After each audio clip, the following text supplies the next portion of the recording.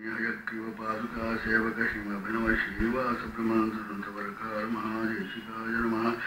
श्रीमते श्रीलक्ष्मी हयग्रीव पादुका सेवक श्रीमभिनव रामानुज ब्रह्मसंतवरकार महादेशिकाय नमः। श्रीहयास्यं नमस्यामः श्रीरामानुजसेवितं तद्भक्तवेदचूडार्य ब्रह्मतन्त्रार्य सद्धनम् दिशन्तु मे देव सदा त्वदीयादया तरङ्गानुचरकटाक्षाः श्रोत्रेषु पुंसाम् अमृतं क्षरन्तीं सरस्वतीं संश्रितकामधेनुम् ईशाना सर्वस्य वाचो देवी यतङ्कमध्यास्ते कर्णाटदेशभाग्यं वागीश्वरयेष मनुषताति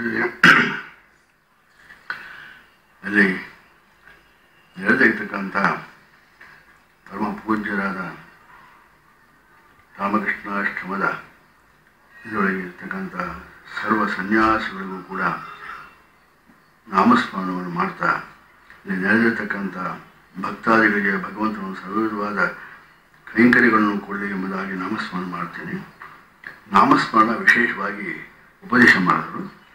ಕಲವು ಸಂಕೀರ್ತ್ಯ ಕೇಶವಂ, ಭಗವಂತನ ನಾಮಸ್ಮರಣೆಯನ್ನು ಮಾಡಬೇಕು ಈ ಯುಗದಲ್ಲಿ. ಅದರಿಂದ ಎಲ್ಲ ವಿಧವಾದನು ಕೃತಯುಗದಲ್ಲಿ, ತ್ರೇತಾಯುಗದಲ್ಲಿ, ದ್ವಾಪರಯುಗದಲ್ಲಿ ಏನು ಸಂಪಾದಿಸಿಲ್ವೋ ಅದು ಎಷ್ಟು ಫಲನೂ ಕೂಡ ನಾಮಸ್ಮರಣೆಯಿಂದ ಬರುತ್ತೆ ಅಂತ ಹೇಳ್ತಾರೆ. ಈ ನಾಮಸ್ಮರಣಕ್ಕೆ ಎಲ್ಲಿ ಮಹರ್ಷಿಗಳು ಹೇಳಿದಾಗೆ ನಮ್ಮ ಆಳ್ವಾರಗಳು ಕೂಡ ನಾಮಸ್ಮರಣವನ್ನು ವಿಶೇಷವಾಗಿ ಹೇಳ್ತಾರೆ. ಅದು ಅಷ್ಟಾಕ್ಷರ ಮಂತ್ರ ಶ್ರೀಮನ್ನಾರಾಯಣನ ಮುಖ್ಯವಾದ ಪುಸ್ತಕ. ಯಾಕೆಂದರೆ ಬದರಿ ಕ್ಷೇತ್ರದಲ್ಲಿ ಭಗವಂತನ ಆ ನಾರಾಯಣ ಸ್ಮರಣವನ್ನು ಮಾಡಿ ಎಲ್ಲರೂ ಕೂಡ ಮೇಲೆ ಬಂದರು ಅಂತ ನಾರಾಯಣ ಸ್ಮರಣವನ್ನು ವಿಶೇಷವಾಗಿ ಹೇಳ್ತಾರೆ.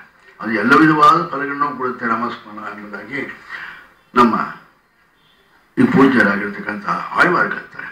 ಅಂದರೆ ಭಗವಂತನ ಯಾವ ರೂಪದಲ್ಲಿ ನೋಡೋದು ಅಂದರು, ಭಕ್ತರು ಯಾವ ರೂಪದಲ್ಲಿ ಧ್ಯಾನ ಮಾಡಿದ್ರು ಆ ರೂಪದಲ್ಲಿ ಬರ್ತಾರೆ ಅಂತ. ಇದೇ ಸಿದ್ಧಾಂತವನ್ನು ರಾಮಕೃಷ್ಣರು ಕೂಡ ಭಗವಂತನು ಯಾವ ರೀತಿಯಲ್ಲಿ ಬೇಕಾದ್ರೂ ಉಪಾಸನೆ ಮಾಡ್ಬೋದು ಎಂಬುದಾಗಿ ರಾಮಕೃಷ್ಣರು ಕೂಡ ಉಪದೇಶ ಮಾಡಿದ್ದಾರೆ ಅಂತ ಅವರ ಗ್ರಂಥಗಳಿಂದ ಕೇಳಿದ್ದೀನಿ. ಆದ್ದರಿಂದ ಅಂಥ ವಿಶೇಷವಾದ ನಾಮಸ್ಮರಣ, ಅದರೊಳಗೆ ಅಷ್ಟಾಕ್ಷರ ನಾಮಸ್ಮರಣ ಎಂಬತಕ್ಕಂಥದ್ದು ಕೆಲವು ಸಂಕೀರ್ತ್ಯ ಕೇಶವಂ ಅಂತ ಹೇಳ್ತಾರೆ. ಕೇಶವ ಅಂದರೆ ಕೇಶವ ಶಬ್ದಕ್ಕೆ ನಿರ್ವಚನ ಹೇಳುವಾಗ ಭಾಗವತದಲ್ಲಿ ಶ್ರೀ ಕೃಷ್ಣ ಪರಮಾತ್ಮನು ಜಾಂಬವತಿಗೆ ಮಕ್ಕಳಿಲ್ಲ ಎಂಬುದಾಗಿ ಹೋಗಿ ಶಿವನನ್ನು ತಪಸ್ಸು ಮಾಡ್ತಾನೆ. ಆಗ ಶಿವನು ಪ್ರತ್ಯಕ್ಷವಾಗಿ ಎಲ್ಲರನ್ನೂ ನೀನು ಮೋಸ ಮಾಡಿ ನನ್ನೂ ಮೋಸ ಮಾಡ್ತೀಯಾ ಎಂಬುದಾಗಿ ಕೇಳ್ತಾನೆ ಭಾಗವತದಲ್ಲಿ. ಆಗ ಯಾಕೆ ಅಂದರು, ನಾನು ಬ್ರಹ್ಮ ಇಬ್ಬರು ಕೂಡ ನಿನ್ನ ಒಂದು ದೇಹದಲ್ಲಿ ಇರ್ತಕ್ಕಂಥವರು, ಹಾಗಿರುವಾಗ ನೀ ಹೇಳ್ತೀರಲ್ಲ ಅಂತ. ಕೈಯತಿ ಬ್ರಹ್ಮಣೋ ನಮ ಕೇಶವನಾಮ, ಕೈಯತಿ ಬ್ರಹ್ಮಣೋ ನಾಮ ಈಶೋಹಂ ಸರ್ವದೇಹಿನಾಂ, ಕೈಯತಿ ಬ್ರಹ್ಮಣೋ ನಾಮ, ಬ್ರಹ್ಮನ ಹೆಸರು ಕಹ ಕಹ ಎಂಬುದಾಗಿ ಹೆಸರು. ಅದೇ ಕಹ ಅಂದರೆ ಬ್ರಹ್ಮನಿಗೆ ಹೆಸರು. ಈಶೋಹಂ ಸರ್ವದೇಹಿನ, ಯಾರು ದೇಹವನ್ನು ತೆಗೆದುಕೊಂಡು ಬರ್ತಾರೋ ಅವ್ರಿಗೆಲ್ಲರಿಗೂ ಈಶ್ವರನೇ. ಅದರಿಂದ ಈಶಾ ಎಂಬತಕ್ಕಂಥ ಶಬ್ದ. ಆದ್ದರಿಂದ ನಾವಿಬ್ಬರು ಕೂಡ ಅವಾಂ ತವಾಂಗೇ ಸಂಭೂತವು, ನಿನ್ನ ಅಂಗಗಳಲ್ಲಿ ಉತ್ಪನ್ನವಾಗಿರತಕ್ಕಂಥವ್ರು. ಆದ್ದರಿಂದ ತಸ್ಮಾತ್ ಕೇಶವನಾಮವಾನ್, ಆದ್ದರಿಂದ ಕೇಶವನಾಮ ಅಂತ. ಆ ಕೇಶವನು ನಾವು ಹೇಳಿದೆ ಇಲ್ಲ ಆಯ್ತಾ, ಅದನ್ನೇ ಅಷ್ಟಾಕ್ಷರ ಮಂತ್ರವಾಗಿ ಹೇಳಿ ನಾರಾಯಣ ಶಬ್ದ ಅಂತ ಹೇಳಿ ನಮ್ಮ ಆಚಾರ್ಯರು ಕೂಡ ಅದನ್ನೇ ಉಪದೇಶ ಮಾಡಿ, ಆಚಾರ್ಯ ಯೇ ಯಥಾ ಮಾಂ ಭಜಂತಿ ತಾಂ ತಥೈವ ಭಜಾಮ್ಯಹಂ ಎಂಬುದಾಗಿ ಸ್ವಾಮಿಗಳು ಅಪ್ಪಣೆ ಕೊಟ್ಟರಾಗ. ಆದ್ದರಿಂದ ಯಾರು ಯಾವ ರೀತಿಯಲ್ಲಿ ನನ್ನ ಭಜಿಸ್ತಾರೋ ಅದೇ ರೀತಿಯಲ್ಲಿ ಅವನು ಹೊಂದ್ತೀನಿ ಎಂಬುದಾಗಿ. ಹಾಗಾಗಲು ತಮರು ಹೊಂದ ಜವ್ರುವಂ ಅವ್ರುವಂತಾನೆ.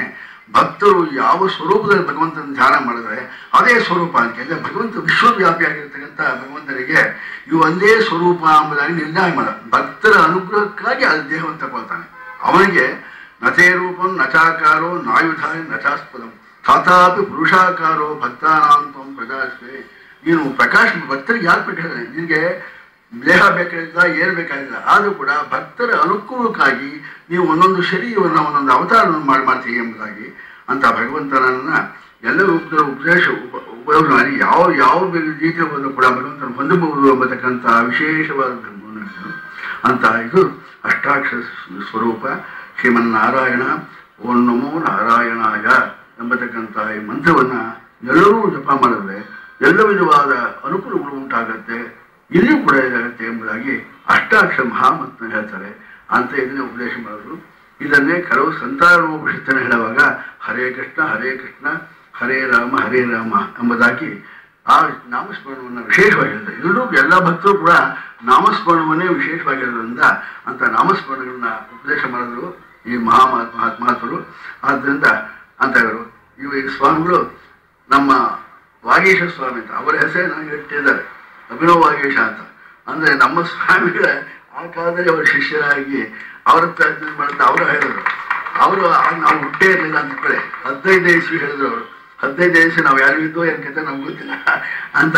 ಇದರಿಂದ ಎಲ್ಲ ಬಂಧುಗಳು ಕೂಡ ನಮಗೆ ಆತ್ಮೀಯರಾಗಿ ಇರ್ತಕ್ಕಂಥ ಎಲ್ಲ ಇದನ್ನ ನಿರ್ವಿಘ್ನವಾಗಿ ಪರಿಪೂರ್ಣವಾಗಿ 150 ವರ್ಷದ ವಿಷಯದಲ್ಲಿ ನಮ್ಮ ರಾಮದಾಸು ತುಂಬ ಬೇಕಾದವರು, ನಮ್ಮ ಹೈಕೀವನ ವಿಶೇಷವಾಗಿರ್ತಕ್ಕಂಥವ್ರು. ಅವರು ಹೇಳಿದಾಗೆ ಬೇಕಾಷ್ಟು ಕೆಲಸಗಳನ್ನು ಮಾಡ್ತಾ ಇದ್ದಾರೆ. ಇನ್ನೂ ಅನೇಕವಾದ ಕೆಲಸಗಳನ್ನು ಮಾಡೋಕ್ಕೆ ಅವರು ಭಗವಂತನ ಸರ್ವವಿಧವಾದ ಐಶ್ವರ್ಯವನ್ನು ಕೊಟ್ಟು ಕಾಪಾಡಲಿ ಎಂಬುದಾಗಿ ಭಗವಂತನ ಪ್ರಾರ್ಥನೆ ಮಾಡ್ತೀವಿ. ಇಲ್ಲಿ ನೆರೆದಿರ್ತಕ್ಕಂಥ ಭಕ್ತರು ಎಲ್ಲರಿಗೂ ಕೂಡ ಭಗವಂತ ಎಲ್ಲ ವಿಧವಾದ ಮಂಗಳಗಳನ್ನು ಉಂಟು ಮಾಡಲಿ. ಆ ದೇವರ ಒಂದು ಪ್ರಭಾವದಿಂದ ರಾಮಾನುಜಾಚಾರ್ಯ ಪ್ರತಿಷ್ಠೆ ಮಾಡಿದ್ದು. ನಮ್ಮ ಅಭಿನವ ರಂಗನಾಥರು ಅದೇ ಸಂಪ್ರದಾಯಕ್ಕೆ ಸೇರಿದವರು, ಅದೇ ಗೋತ್ರದವರು. ರಾಮಾನುಜಾಚಾರ್ಯರು ಹಾರಿತ ಗೋತ್ರದವರು, ಅದೇ ಗೋತ್ರದವರು ನಮ್ಮ ಅಭಿನವ ರಂಗನಾಥ ಸ್ವಾಮಿಗಳು ಪೂರ್ವಾಶ್ರಮದಲ್ಲಿ. ಅಂತ ಅಭಿನವ ರಂಗನಾಥರಿಂದ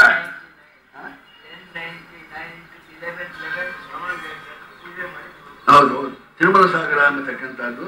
ಆಗ ಮೇಲ್ಪಟ್ಟು ಹೋಗ್ಬೇಕಾದ್ರೆ ನಡ್ಕೊಂಡು ಹೋಗ್ಬೇಕಾಗಿತ್ತು, ನಡುವೆ ಹೇಳ್ಕೊಳಕ್ಕಾಗಿಲ್ಲ. ಆಗ ತಿರುಮಲ ಸಾಗರದಲ್ಲಿ ಶ್ರೀನಿವಾಸನ ಪ್ರತಿಷ್ಠೆ ಮಾಡಿ ಅಲ್ಲಿ ಎಲ್ರಿಗೂ ಕೂಡ ಹೋದಾಟು. ಅದೇ ಇದನ್ನ ನಡುವೆ ಇದಾಗ ಅಲ್ಲಿ ದೇವರು ಬಂದ್ಬಿಟ್ರಲ್ಲ ಅಂತ ಈಗ ನಮ್ಮ ಇದರೊಳಗೆ ಏನಾದರೂ ನಮ್ಮ ಸ್ವಾಮಿ ದೇವಸ್ಥಾನದಲ್ಲಿ ಅಲ್ಲಿ ತಿರುಳು ಕೂಡ ಒಂದು ಶ್ರೀನಿವಾಸನ ದೇವಸ್ಥಾನ ಪ್ರತಿಷ್ಠೆ ಮಾಡಿದ್ವಿ. ಅಲ್ಲೂ ಆ ಮಠನ ನಿರ್ಮಾಣ ಮಾಡಿದ್ವಿ. ಈಗ ಎಲ್ಲ ನಡೀತಾ ಇದೆ. ಈಗ ಸಂಪತ್ ಹೆಗ್ಗಾರನ್ನ ಅಧ್ಯಕ್ಷರಾಗಿ ನಮ್ಮ ಸ್ವಾಮಿಗಳು ನೇಮಿಸಿದ್ರಿಂದ ಅವೆಲ್ಲ ಕೆಲಸ ಮಾಡ್ತಾ ಇದ್ದಾರೆ. ಈಗ ಅವ್ರಿಗೆ ಎಷ್ಟು ವಯಸ್ಸು ಅಂತ ನಮ್ಗೆ ಗೊತ್ತಿಲ್ಲ. 95 96 ಆಗಿದೆ. 94 ಇಸ್ವಿ ಅಂತೆ. 94 ಇಸ್ವಿಯಲ್ಲಿ ಇಂಥ ಕೆಲಸ ನಡೀತಾ ಇರೋದು ತುಂಬ ವಿಶೇಷವಾಗಿರ್ತಕ್ಕಂಥದ್ದು. ಅದು ದೊಡ್ಡ ವಿದ್ಯಾವಂತರು ವಕೀಲರು ಮೈಸೂರಿನಲ್ಲಿ. ಅದರಿಂದ ಅವ್ರು ಮಾಡ್ತಾ ಇರೋದ್ರಿಂದ ಯಾರು ಎದುರಾಗಲ್ಲ. ಅದು ಮಾಡಿದ್ದೇವೆ ನ್ಯೂಸ್ ಡಿಕ್ಲೇಷನ್ ಗೊತ್ತಿಲ್ಲದೆ ಕ್ರಿಯೇಟ್ ಮಾಡ್ತಕ್ಕಂಥ ಕೆಪಾಸಿಟಿ ಇದೆ ಅವರಿಗೆ. ಆದ್ದರಿಂದ ಅವ್ರಿಗೆ ಒಪ್ಪಬೇಕು ಅವರು. ಅದರಿಂದ ತುಂಬ ಸಂತೋಷ. ಎಲ್ಲರಿಗೂ ಕೂಡ ಎಲ್ಲ ವಿಧವಾದ ಮಂಗಳಗಳು ಉಂಟಾಗಲಿ. ನಮಸ್ಕಾರ. ಪೂಜ್ಯ ಸ್ವಾಮೀಜಿಯವರಿಗೆ ಅನಂತ ಪ್ರಣಾಮಗಳು. ಈಗ ಪೂಜ್ಯ ಶ್ರೀಮತ್ ಸ್ವಾಮಿ ಮುಕ್ತಿದಾಂಜಿ ಮಹಾರಾಜರವರು ವಂದನಾರ್ಪಣೆಯನ್ನು ಮಾಡಬೇಕು ಅಂತ